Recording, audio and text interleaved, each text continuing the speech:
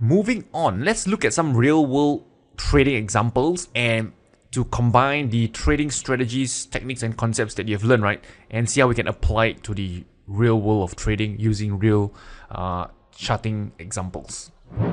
So this is the chart of dollar against the South African rand, as you can see over here. This is on the daily time frame. So first and foremost, let's ask ourselves, what is the market structure? So when we are trading the markets, this is the first question that we want to ask ourselves. What is the market structure? This would tell us, what to do, whether to be a buyer, seller, or to stay out of the markets. So if you look at this market structure, we see a series of lower highs, lower highs, lower high, and lower low, lower low, lower low. So we can see that this market, the market structure is in a downtrend. Second thing, the area of value. Let's put it AOV. Is there an area of value over here? So area of value could be things like moving average, support, resistance. So from what I'm seeing over here, there is an area of value over here. I can just use this tool over here, and to draw this area of resistance over here. I'll just change this to black color. Okay, so now we have an area of value over here. So do we have a valid entry trigger? So remember the candlestick module or section that we just covered. This over here looks like a bearish engulfing pattern. All right, so let's pull it a bearish engulfing pattern. So from the looks of it, right, we have a numerous factor, right, working in our favor. Number one, the market structure is in a downtrend. Area of value, the price is at resistance. Our entry trigger, we have a bearish engulfing pattern that's being formed. So in this case, right, we can look for a short trade, right, to short this market in expectation of lower prices. And of course, right, this is clearly a cherry pick chart, and in this case the price went in our favor. Okay, so now moving on, let's look at another trading example, right, using the market structure, area of value and candlestick patterns that you've just learned, and use it to help you make a trading decision to know whether to buy or sell. So again, let's revisit, right, what we have learned. Number one, ask ourselves, what is the market structure of this currency pair? This currency pair is New Zealand yen on the 8-hour time frame. So market structure, as you can see, this market structure is in an uptrend. Price forming a series of higher highs and higher lows. Here, higher low, higher low, higher high, higher high. Okay, what about area of value? Can you see it being near any area of value? So from what I'm seeing over here, the price has retested this area of support, right? Support, support, and support. And also previously, this was actually resistance. So price broke out of this swing high resistance and became support. Now, what about entry trigger? Is there any signal entry trigger that tells us, hey, it's time to enter a trade? So if you look at this candlestick pattern, right, this over here, what does it look like to you? This, right, I would say it's close to a bullish engulfing pattern, but as per the definition of bullish engulfing pattern, this isn't quite one because this green candle didn't cover the body, right, of this red candle. But that isn't going to stop us and say, hey, no, this is not a bullish signal, it's not time to enter. Because if you read the candlestick pattern, if you read the price section, it's telling you that the buyers, they did, right, close higher for the day. And it did show you signs of strength, right, closing near the highs of the day and almost, right, the previous day opening price. So it closed pretty strongly. So this few reasons, right, the market structure, the area of value, and the entry trigger, right, is the story is telling you that, hey, you can now look for a buying opportunity. So what you can do is you can enter on the next day open. Let's say on this candle here, the next day open, which is on this candle here. Okay, so now what about stop loss? Now you know where to enter, which is very simple, the next day open. But stop loss is something that I've not covered, and I want to talk about in this this example here, since it's quite straightforward. So when it comes to stop loss, right, you want to set your stop loss at a level which invalidates your trading setup. So what I mean by this, so for this particular trading setup that you're trading is in the direction of the trend, uptrend, and buying near an area of support. So this means, right, if the price breaks below support, then it means your so-called hypothesis, right, is wrong, right? Because this is the area of support that you expect the price to hold. If the price breaks below this area of support, and clearly this so-called theory, this hypothesis that you had that this trade could move higher is clearly wrong, and you want to exit your trade. So to do this, right, it's very simple. What you want to do is to set your stop loss at a level, right, which will so-called break support. So if you look at this, right, clearly, anywhere from 72, 50 or below, right, at this level, clearly if the price breaks down and hit this level, this area of support is broken and you want to exit your trade. But so is there a objective way, to set your stop loss instead of just blindly, putting it at some level that looks like, far away from support? And the answer is, of course, yes, right? And to do that, you can use an indicator called the average true range. So over here, I've shown you this indicator below, but I'll show you where to get it. Just go to indicator tab, search ATR, average true range. It will come out as this one over here. The settings I like to use is 20 period ATR using SMA. So it's just my preference over here. And as you can see right now, the ATR value is about 0.322, about 32 pips. So what this tells you is that on this time frame, for New Zealand yen, on the 8-hour time frame, over the last 20 candles, right, this currency pair moves an average of about 32 pips on average. I'm not saying every single candle, but on average over the last 20 candles or so, this currency pair has moved about 32 pips. So what this means is that you can actually use this value, right, and give it some buffer, right, to set your stop loss below support. So let's say, for example, the lows of support is at this level over here. What you can do is take this level and minus, let's say this level is X, right, and you minus this ATR value, this 1 ATR value. Okay, so 1 ATR is equals to 32 pips, right, and let's say you get a value of Y. So let's say Y is somewhere about here.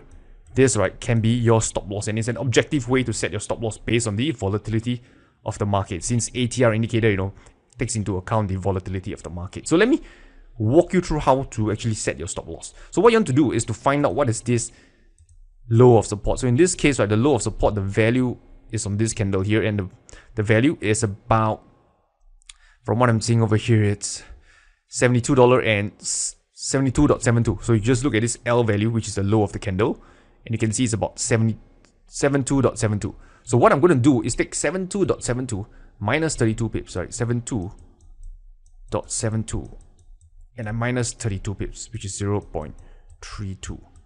That is going to give me a value of about 72.4. Am I right? Okay. So what I'll do is I will set my stop loss at this level at 72.4. Change this to rate so you can see it better, and your stop loss will be at 72.4. Okay. So as you can see over here, I will show you where is your entry point. Your entry point is on the next day open, the candle. I'll put it in green so you can see it. Green. Okay. And there you have it, right? So this candle here. This candle here, the opening price is where you look to buy. This red level here is your stop loss. So now let's take things a step further, right? If you have a $10,000 trading account and you want to risk 1% risk on each trade, how many units of New Zealand yen can you buy? Okay, so now what we need to do is to again revisit the concepts that you've learned. So what you'll do is first and foremost measure your entry price to your stop loss. So your entry price, let's make this more precise. Let's say your entry price is at this opening price of this candle, which is about 73.31. Okay, so I'm going to change this to 73.31, and your stop loss is 72.4. So you take 72.31, take 72.31 minus 72.4. That gives me a 91 pips stop loss, 91 pips. Okay, so what do we do with this information? So how do I get 73.31? Again, the entry price on this candle over here, the opening price is 73.31. Stop loss at 72.4, which is this level here minus 1 ATR. And it gives us 72.4 as our stop loss. And we take the entry price minus your stop loss, right? And this is your distance, right? In pips, right?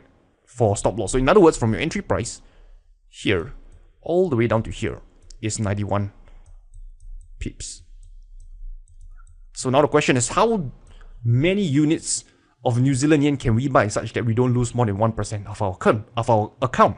So time to revisit your position sizing. So let's go to this. So let's say currency pair is New Zealand yen. Type in New Zealand yen. Account currency, let's keep it, as USD. Let's say your account size is $10,000. Risking 1% on each trade. Your stop loss, as mentioned earlier, is about 91 pips. Calculate. It tells you that you can buy 0.121 lot, which is about 1.2 mini lots. Okay, so if you're going to trade this, on a I hope it's a demo account, right? You can buy 0.121 lot, okay, which is about 1.2 mini lot. Does it make sense? So you can see that we have, used a number of, concepts that you have learned earlier: the market structure, area of value, entry trigger.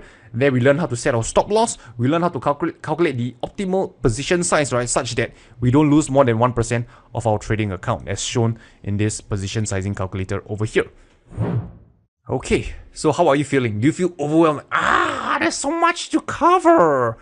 Well, don't be, because if this is your first time, watching this video, or you're new to Forex trading, yes, it's perfectly normal to feel overwhelmed and confused. But this is nothing, new. This is actually all the topics that we have covered in the earlier part of the video. If you're unsure, you can, just go back, watch through the videos, and to clarify, on any concepts or techniques, right, that is unclear to you. So I'm going to, go through another example because this is so important, right? Understanding the position sizing, the risk management as well, how to analyze a chart, and how to combine all this together and place a trade so that you don't blow up your trading account. So let's have a look at another one using the same framework. So number one, ask ourselves, market structure. What is the market structure of this currency pair? So this is dollar against the Japanese yen, 8-hour time frame.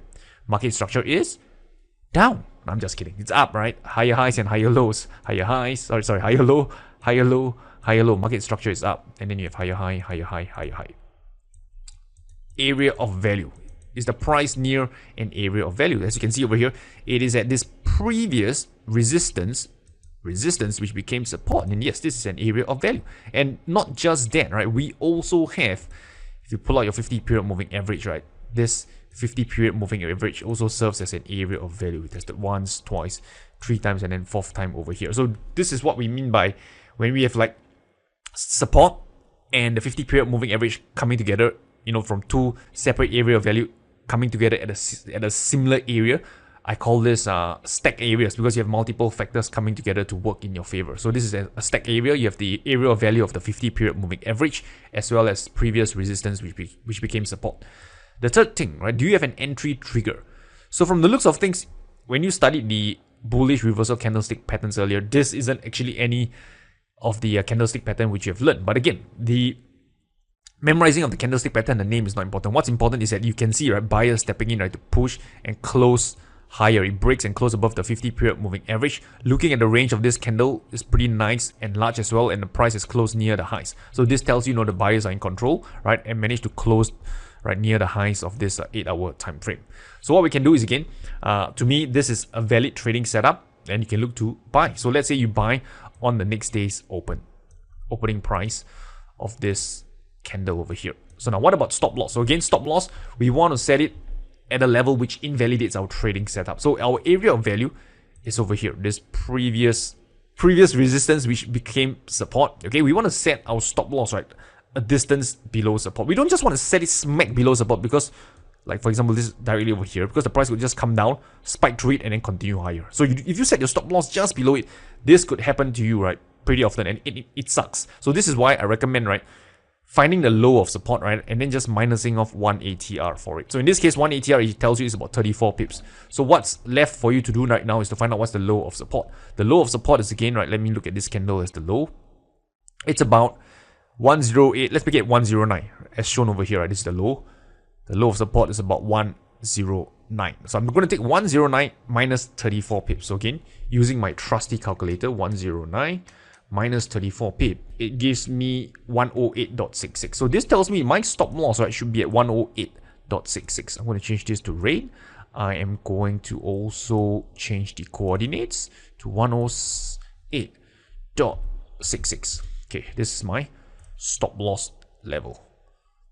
Great. So now I want to take things a step further, right? You know how to set your stop loss. You know your entry is at this price over here. Okay, let me just change this to green, about here. Entry price is like this candle open, which is about 109.88. Okay, let me just change this to 109.88. So another thing to talk about is your target. So far we have talked about the trading setup, right? Market structure, area of value, entry trigger, to know when exactly to enter a trade. I shared with you how to set a proper stop loss so you don't get stopped out too early. And the final component that I want to add as well is to where to take profits, right, if the market moves in your favor. So coming from, let's say, a swing trading perspective, and bear in mind, there are many ways to take profits. I'm going to share with you one method, which is what we call swing trading, which is in essence, right, just capturing one swing in the market. So this is like one swing, right, from this retracement, then we pull up one swing. This is one swing. This is another swing. So basically one move in the market. I'm going to share with you how to do that. So to capture one swing in the market, we usually want to set our target profit at before, right, previous swing highs or low in the market. So you know what is swing, right? This is our swing points. Swing high, swing low, swing low. So if you're long, right, you want to exit, right, before the nearest swing high, because this is where potential selling pressure could come in, and push the price lower. So you're gonna set your target before it.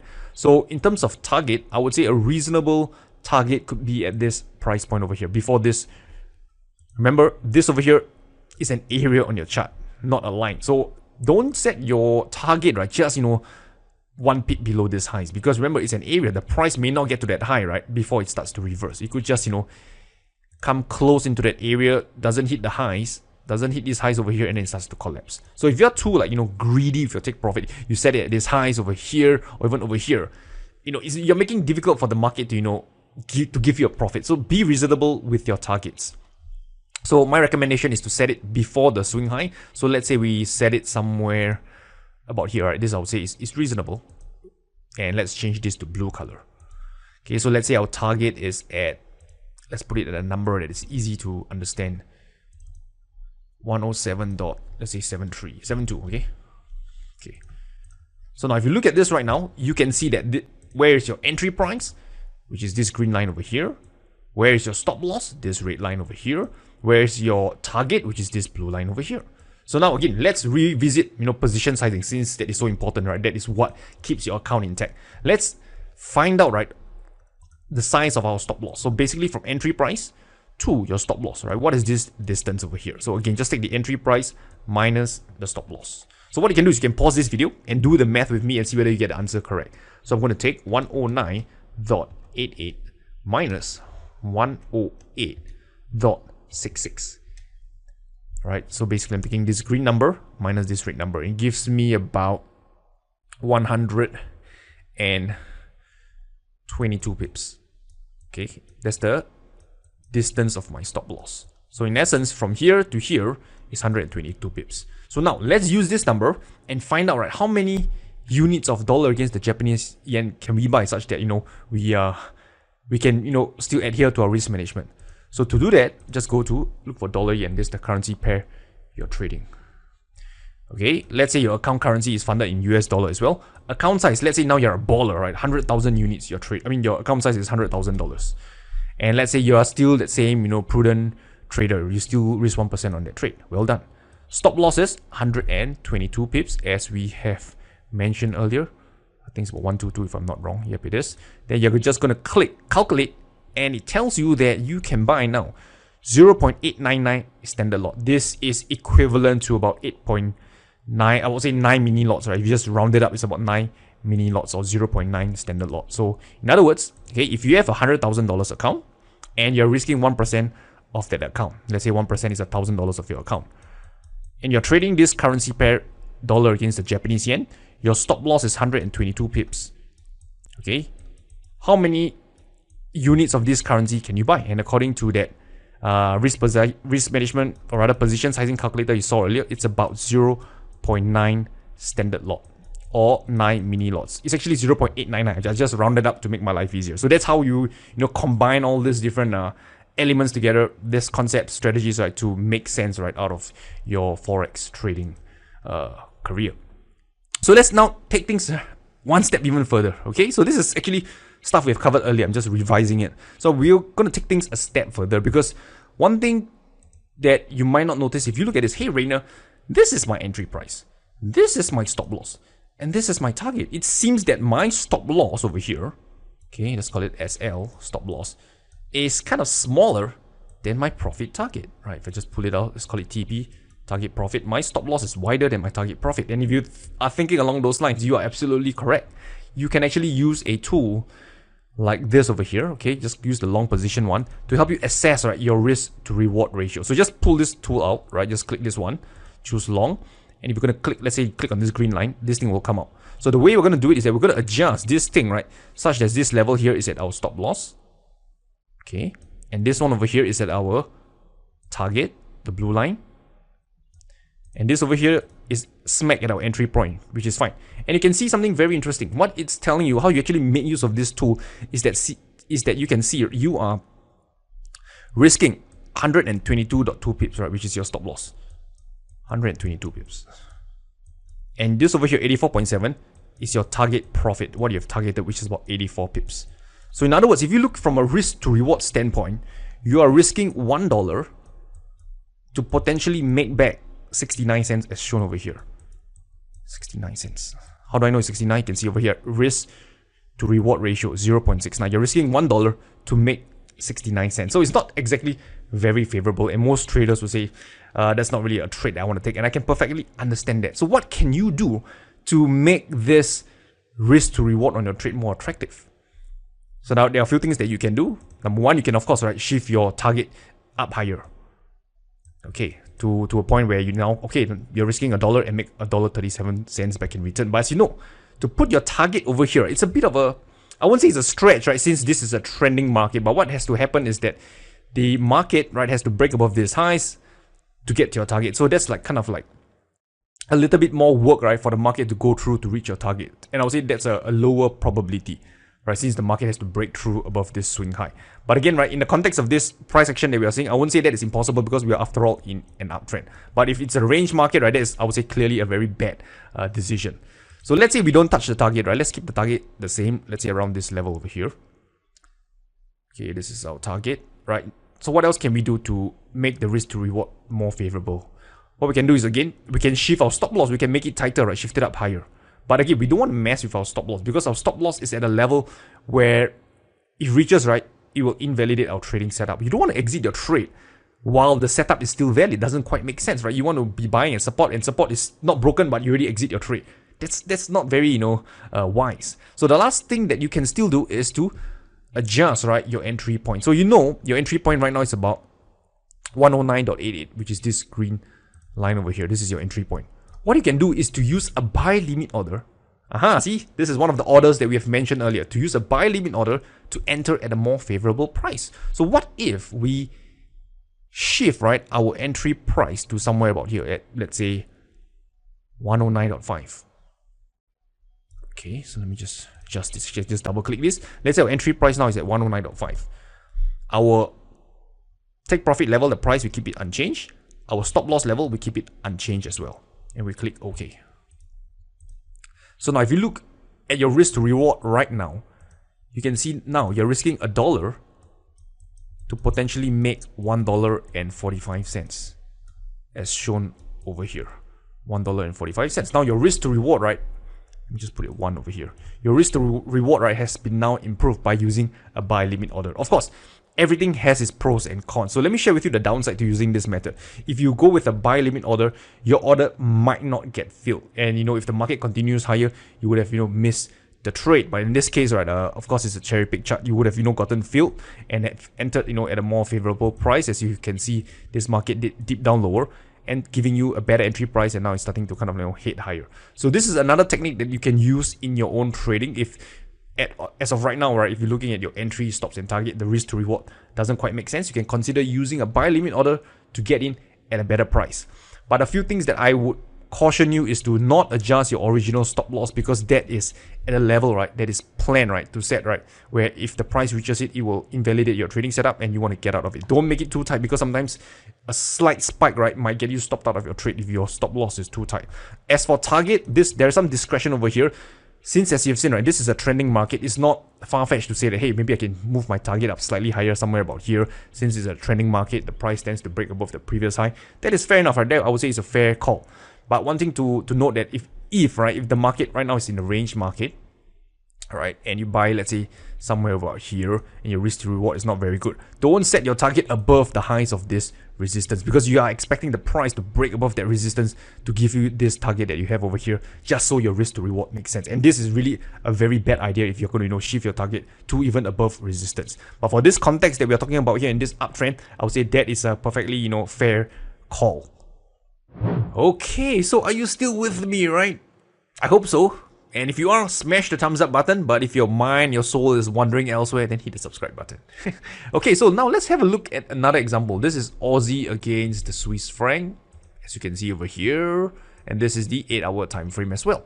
So, you should be a pro already by now. You should even know what I'm going to say. First thing first, market structure. What is this market structure? From the looks of things, this market is in an uptrend. Higher high and higher low. Higher high, higher high, higher high, higher high, and higher low, higher low, higher low, higher low. So what about area of value? So clearly this one here, you can see that this market is at this area of support. Entry trigger. Do we have any valid entry trigger to enter a trade? Wow, we have this nice bullish engulfing pattern. Okay, so this candle has reversed and closed above the previous day closing, or rather the highs of the previous day, closing now near the highs of this day. So this is bullish. Great. So what we can do is that we have a number of factors working in our favor. Market structure is up, trading from an area of value, and a valid entry trigger to go long. Let's see, we overlay for 50 MA. Okay, not too bad as well. We even have the 50 period moving average, in our favor. Tested once, twice, and now here for a third time again. So now, where can we enter a trade? The next day open. So now next day looking pretty good as well. We enter on the next day's open. Okay, so what about stop loss? I pull out the ATR indicator.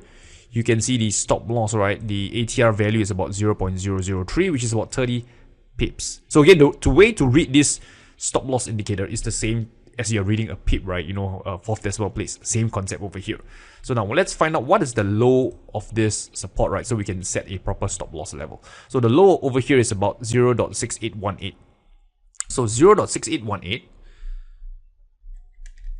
minus 30 pip. That gives us about 0.6788. Okay, so our stop loss will be at 0.6788. Change this to rate 6788. Great. Entry price, pretty straightforward. We enter on this opening price of this candle, which is about here. I'll change this to green so we can mark as the entry price that we enter.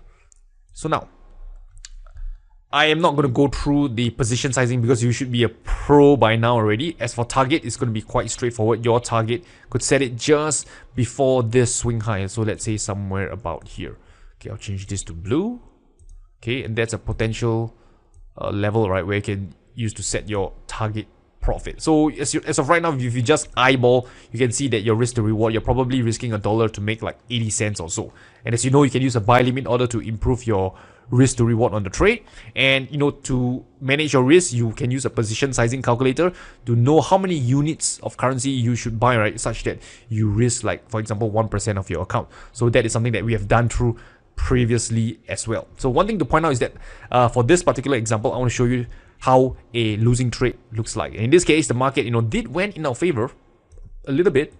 You can see that it goes up here halfway through to our target over here before it starts to reverse and then stop us out for a loss of this trade. So this trade clearly is a losing trade. It hits our stop loss, and only after that, right, you can see this trade continue to rally and break out higher. So this will happen, right, in your trading career. I assure you, I guarantee you, I confirm plus chop, right? No matter how good a trading setup looks like, no matter how proper stop loss, how good of a stop loss that you have set below the price structure, below support, the market, right, sometimes will just play tricks on you. It will still hit your stop loss, right, and to make you feel the anguish, the pain, only to reverse back and go so much in your favor, right, and to and make you feel like a loser. So that will happen. Be prepared for it. And this example is really clearly one that illustrated. And how do I know that? It's because this is a trade I took, right, and it happened to me.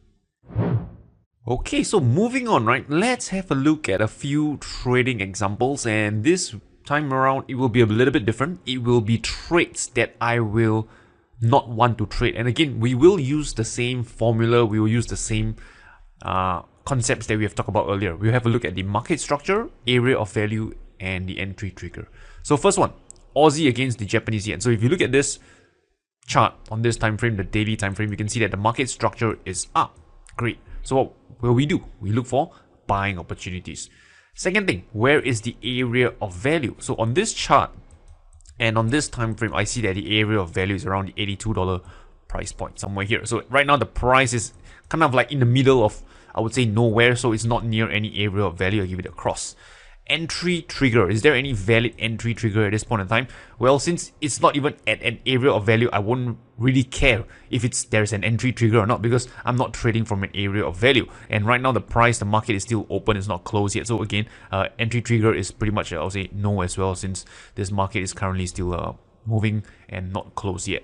So as you can see, this is clearly a trade that I don't want to trade. Yes, market structure is up, it's in an uptrend, but it's not from an area of value, and there is no valid entry trigger for me to pull a trade. Second one, dollar against the Norwegian kroner. So same thing. Let's have a look at this market structure. You can see that this one here is in a downtrend, series of lower highs and lower lows, downtrend. area of value. Is it near any area of value? So again, area of value I would say is somewhere around the $8.70 price point, somewhere here. Price is over here at this point in time, so I would say it's a no.